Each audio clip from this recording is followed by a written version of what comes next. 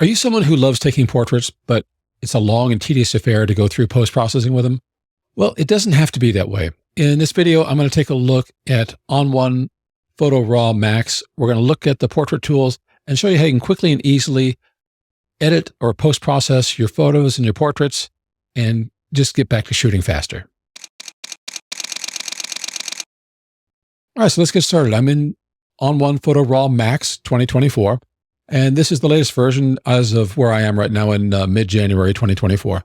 So I'm going to go through a few different photos. I've got some quick and simple tools that I like to use, and we'll show you what works, and something I think I may have found that's a little bit of a bug, and I'll show you at the end of that.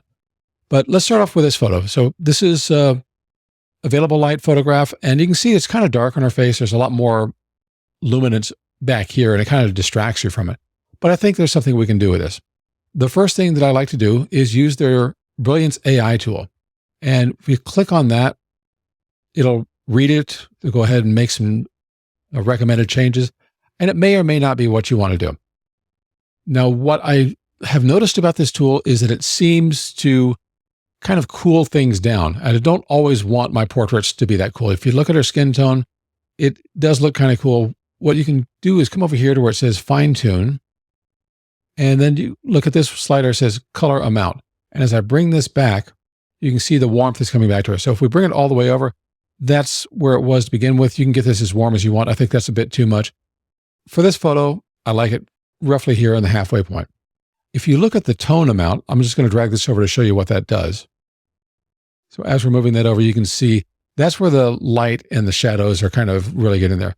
I am actually kind of pleased with where it is over here.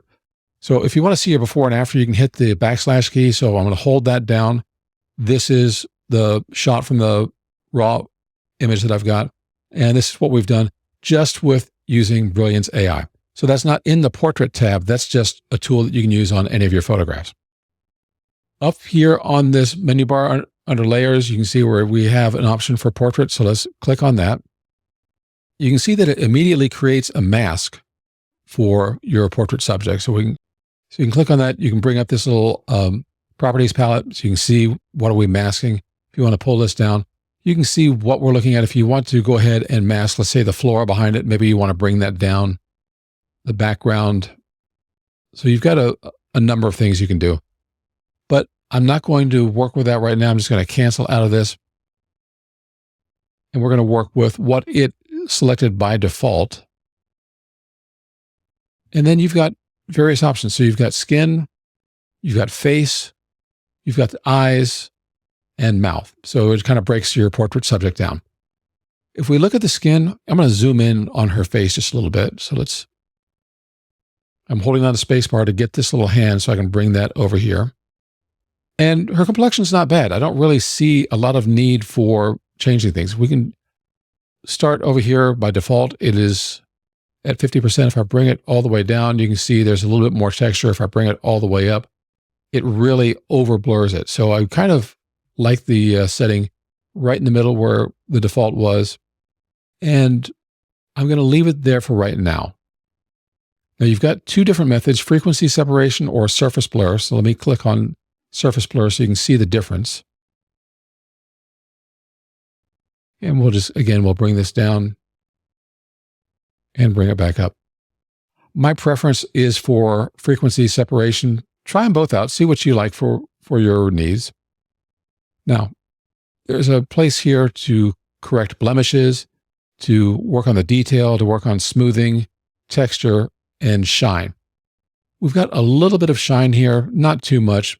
If I bring this all the way down, it's kind of like letting the shine come through. And if I bring it all the way up, it's doing its best to try and neutralize that shine. I don't think she needs that.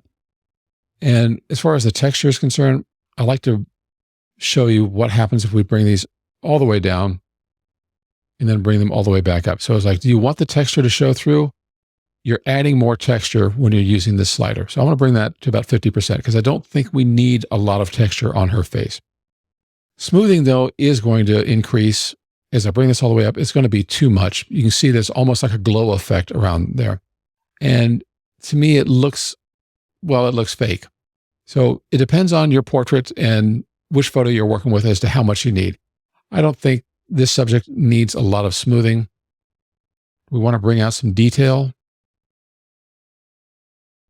Again, you can kind of work at cross purposes here between detail and smoothing, texture, and all those things are bringing out what you need and what you don't need. But keep in mind, they're working based upon the mask they've chosen for Portrait AI. Honestly, I think the default that it came up with was just fine. So if I go back, this is what we had before. You can see some lines up here. You can see more texture interface. And as we bring that off and go back to what it said, this is where we are. So I kind of like that. I think this has done a good job. So I'm going to move from the skin down to the face. Now, there are some shadows here under her eyes. The lighting overall isn't that great on her. So if we check the brightness, you can see that's where she was with the original capture. And you can, again, over brighten. I don't think you need that much, but I'm going to take it up a little bit more than what the default setting was. This next feature for slim face, I think is to me, a little bit controversial. I think used in a little modicum of adjustment, it can flatter somebody. If you use it all the way, it makes someone look really weird.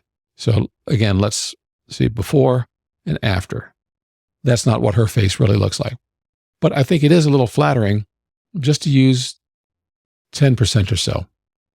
And let's do it before and after with this. So right there.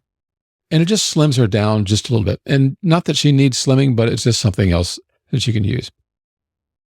Now, one of the things we have here is left eye size and right eye size. Be careful with these, particularly if the face is at an angle. So let's start off with the left eye, which you can see as it's growing. Now, when it says left eye size, this is based upon your perspective. Obviously, this is her right-hand side from her perspective. So, but you're looking at her, so it's going to be on the left. The idea of enlarging the eyes just kind of makes a connection point between the viewer and the subject. So you can kind of enlarge the eyes a little bit and they stand a little bit more. So let's do it before and after and keep your eyes on her eyes. So there's that. And then there's that. It's just a little bit larger. Now, I don't know why the eye size is not with the eyes, but it isn't. So one of the first things I want to do in this subject is I want to brighten her eyes. And I'll probably start off at 50% and then decide where I want to go. So that to me is a bit too much. I mean, the whites of the eyes shouldn't be quite white. They should actually have a little bit of yellow in them. So I'm going to bring that down by half of what it is. And I think that works nicely. Now you can also adjust the whitening of the eyes. If I bring this all the way down, you see it gets a little bit dimmer. If I bring it up all the way, it's like laser cats. So again, use this with a little bit of caution, a little bit of discretion. Yeah, I do want to see the whites of the eyes. I want to see the detail in the eyes. So we can see in her iris right there. It's up a little bit. You can see where it's a little bit soft there. So if we bring this detail out, you can do it. But again, if you take it over too far, it gets really crunchy and unbelievable looking. So most of these tools are very, very powerful. I don't think you need to use them full tilt. In fact, very rarely do I go above 25 or 30 on some of these settings. Dark circles, we're talking about this little darkness under her eyes. And I think this tool actually works very well. So you can see as I bring it over, it's kind of alleviating those dark circles. But again, if I take it too far, you can see that it's suddenly whiter than the rest of her skin. So you can use it to your discretion. And in this case, I am probably going to take it about halfway, right about there. So let's take a look at before and after again. And now we also have the brow enhancer. I've seen a few different tools, and what they want to do is they want to enhance the eyebrow. Some people have thick eyebrows, some people have thin ones.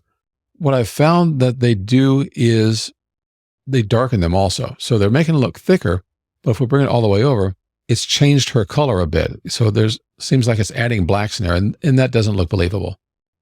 So I would say for this photo, first off, I don't think she needed it, but if you wanted to use it a little bit, I'm keeping that under 20. Now, I mentioned that I thought that I found a bit of a bug in this area in only this version of ON1 Photo RAW Max 2024. when I'm changing these settings for the mouth, nothing is working.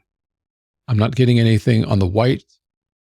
I'm not getting anything on the lip vibrance, nothing with the lip brightness or with the lip hue. So I did go ahead and I wrote to ON1 just the day before I recorded this, and I haven't had a chance to get a response from them yet. I know this tool works because it worked in the previous version, 2023, and let's take a quick look at 2023.5 because I do want to demonstrate this. Okay, so we're in a different application now. This is ON1 Portrait AI 2023.5. And you can see the user interface is a little bit different, but the same tools are there. And this is why I wanted to bring this up, that we don't see our changes, but I'm going to go ahead and zoom in a little bit like I did before. Bring her over. I'm going to come down to the mouth and we'll take a look at teeth whitening. And you can see that there is a little bit of adjustment with her teeth. If we bring up lip vibrance, you can see that the color is changing a little bit. And then we've got two more. Lip brightness. So it's halfway. We can bring it up to it's very bright or very dark within reason. I mean, it's not going to really overdo it that you've got like a flashlight kind of brightness. And then you can change the lip hue. Basically, if you look at the color of her lips as we're moving this down, we're kind of changing it to something a bit of a flatter color as we go down. And it's becoming a very vibrant kind of color as you go up. And it's just changing the hue a little bit. It's not going to go through all the colors. It's going to try and keep it within the realm of what she's already wearing. So this tool works, and this little thing over here is supposed to show you exactly what it's masked. And if you see the same thing over here with the eyes, when you hover over it, you'll see where the mask is or what it's trying to affect for that tool. So let me close this out. So we're back over here in ON1 Photo RAW Max 2024. And if I click on this little icon and hover over here, you see that it doesn't give me anything at all. And it should be masking that. If I click on the thing for the eyes, you can see that it's detected the eyes. So for some reason, I think there's a little bit of a bug here. It's just not showing me that it's detected the lips. And I've tried this on multiple photos. So I presume this is something that will get rectified, with a patch or an update. It certainly did work in the previous version. I think something just got a little bit overlooked. We didn't do much here. And we went from this kind of underexposed image to this. We could do some other things. We could add a vignette. We could change a few other things. Let's go over to effects, add filter. And I want to look for a vignette. And in this case, I'm going to go with a strong one. And you can see how that worked. You can change the size. And in this case, I kind of want to darken everything else. You can change the roundness. It's very square this way. It's very round over here. And that way it looks pretty subtle. So you can change the brightness of the vignette. If you're one of the people who likes that really white background vignette look. So that's something that you can do. And if you click over here on more, you'll see that there are a number of different types of vignettes. And I've got it on the strong option, but there are different ones. And it'll give you a little bit of a preview as you go through. So I mentioned that you can move this vignette. You notice that my cursor is now changed to a crosshair. That's because of this little icon right here. And now if we want to move the vignette around, we can do that. So I kind of didn't like the idea that there was too much darkness on her chest versus her face by having the dead center one. So let me go back and click the crosshair again. And I can kind of move this around to wherever I want to keep things lit up. And that's about where I like it. All right, so that's one photograph. Let's take a look at another one. You may be dealing with somebody who has blemishes from time to time. So I've got a photo down here with someone who's got some blemishes on her face. And open this up, you can either double click, which is what I've been doing, or you can right click and then you can edit in Develop or edit in Portrait AI. But I like to just go ahead and double click. That brings us to our Develop. And again, I'm going to use Brilliance AI just to see what it gives us. And again, I'm going to pull down the color amount because to me, it's just a little too cool. And I don't like a cold portrait in most cases. There are times. But as you can see, this lady has some blemishes. Let's go over to Portrait And I want to take a look at her skin. And you can see for retouching, there's a slider here for blemishes. So let's move this. We're going to bring it all the way up and see what happens. And it's greatly diminished the blemishes. It hasn't really gotten rid of everything. And sometimes you don't want to get rid of everything. Those blemishes, in some cases, may be features, but there's this look where it's a bit harsh, whereas all the way over here, it's a bit soft. If you want to go ahead and tackle those blemishes, even after they're diminished, you can come over here to this side. And this brush is the healing brush. So we'll click that. And typically you want to make your cursor just a little bit larger than what the blemish is. So I'm going to go ahead and I'm going to select a few of them. Not all of them, because we'll be here for a while if I did that. As I'm doing it, you see these little squares that are kind of indicating the target of where I've selected. It hasn't really changed it with each click. What it's doing is it's allowing you to select what you want. And that's enough. And then when you're done with that, you can go ahead and hit apply. So in order to find that, it kind of auto hides this toolbar up top. So you move over here and you can see that you can choose the size, the feathering, opacity, and so forth. And then you can choose the mode. We've gone with heal, which is what I want to stay with. And when you're done, click this blue check mark and it applies. So you can see that's really cleaned up her face very quickly, very nicely. Now you've got a choice as to whether the blemish slider does what you need to do, or if going with the healing brush is what you need to do, or maybe is, in this case, probably a combination of the two. But we can see she's got very nice bright eyes. Her skin smoothing looks fine overall. I don't want to over retouch her. And I don't want to try and slim her face. This is an example where I talked about if somebody has their face at an angle. Let's see what happens just for the fun of it. It kind of crushes her head rather than slims her face. So I don't think that every portrait is a good option for using a tool like Slim Face. Same thing with the left eye and right eye, size. I can kind of really bring up the size of her eye. Maybe a little bit too much, but again, I'm going to take that down. So if we look at the brightness of her eyes, she's already got very well lit eyes. So if everything is done in camera, you don't have to do a lot of work here. There are no dark circles underneath her. And since her eyebrows are already dark, this is a case where I might go ahead and try. Do I want to add more to it? But again, to me, it looks kind of fake. So and it's not just ON1. There are other tools that will do this brow enhance thing. And I think they work in a very modest kind of way, but I would not really drag it all the way up.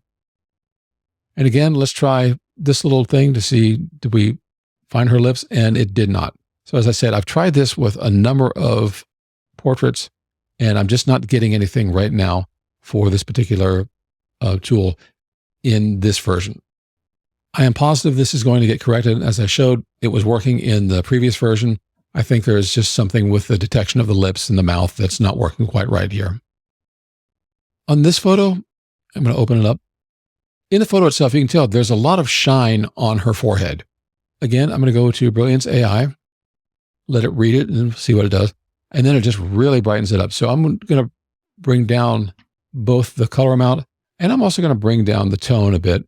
And then I probably will bring down the overall amount. I don't think that it was doing exactly what I wanted to, considering how well lit her face was on a dark background.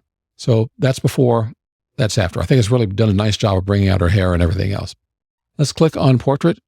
I want to go down to looking at this slider for shine. And I'm going to bring this shine all the way up. And let's take a look at before and after. There's before. You can see there's an awful lot of shine on there. And then I think it's done a nice job of balancing it out. Now, it didn't get everything, and that depends on your photograph. This particular photograph is a JPEG. I don't have a whole database full of raw information, but I think it's made it so it's a much more acceptable photograph. And that's what we've got. So we can try and add up some more smoothing, and that helps a bit. So if we look at our before and after, that's where we were before and where we are now. So it's reduced the shine, but it hasn't eliminated it. Because let's face it, once you blow out the pixels, there's nothing you can do to get them all back. It's a matter of how much data do you have in your photograph to work with. And that is kind of a quick tour of what I'm looking at with Portrait AI inside of ON1 Photo RAW Max 2024. Either way, it's a nice tool. I really like it. And as I showed here, you can do your post-processing edits on your photos very quickly for your portraits. We haven't gotten into bulk editing or some of the other things you can do, but I think with Brilliance AI and the Portrait AI tool, it's very quick and easy to go ahead and touch up your portraits and make them as lovely as they can be. And I hope you like that. If you're interested in this, I've got a coupon code. It is my first initial and last name, WBEAM20. That'll give you a 20% discount. The only time that doesn't seem to work is if they already have an ongoing sale on their website, but go ahead and give it a try in the coupon code WBEAM20. I will have that and a link in the description below. Thanks so much. I'll see you again in the next video.